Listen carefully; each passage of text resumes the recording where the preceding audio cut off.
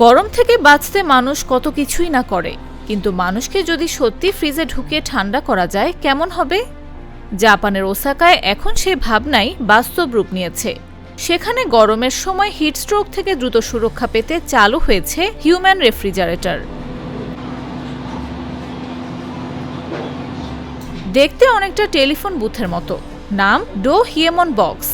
এর ভেতরে ঢুকলেই শরীরে ছুটে আসে মাত্র 5 ডিগ্রি সেলসিয়াস তাপমাত্রায় ঠান্ডা করা বাতাস। কয়েক মুহূর্তে শরীরকে ঠান্ডা করে গরমের অস্বস্তি কমাতে তৈরি করা হয়েছে এই বিশেষ কুলিং বুথ। ওসাকার একটি গুদামে ইতোমধ্যে বসানো হয়েছে এই যন্ত্র।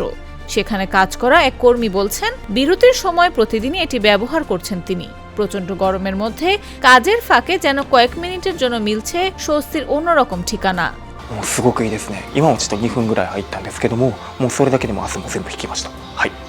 そうですね。もう毎日 চাকার উপর বসানো স্টেইনলেস স্টিলের এই ব্যক্তিগত কুলিং বুথ তৈরি করেছে জাপানের প্রতিষ্ঠান ট্রুস্কো নাকায়ামা।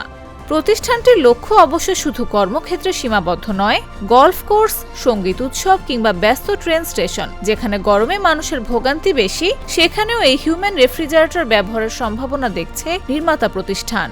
エアコンやスポットクーラーは部屋を冷やすことはできても、我々流通業をやっていますと見ていただいた通り、開口部、要は外気にさらされるエリアというのは必ずできてしまいます。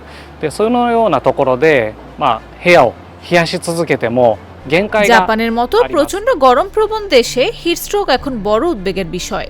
সেই ঝুঁকি মোকাবেলায় প্রযুক্তির এমন অভিনব ব্যবহার কৌতূহল তৈরি করেছে বিশ্বজুড়ে।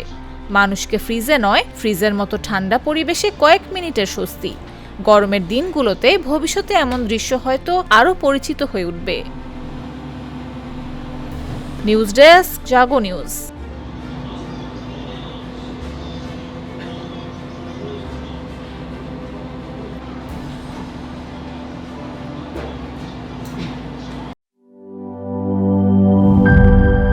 একমাত্র আরএফএল ক্লাস পাইপ নিশ্চিত করে প্রতি ইঞ্চিতে সঠিক থিকনেস ও সঠিক মাপ। পাইপের বস, না কিনলে লস।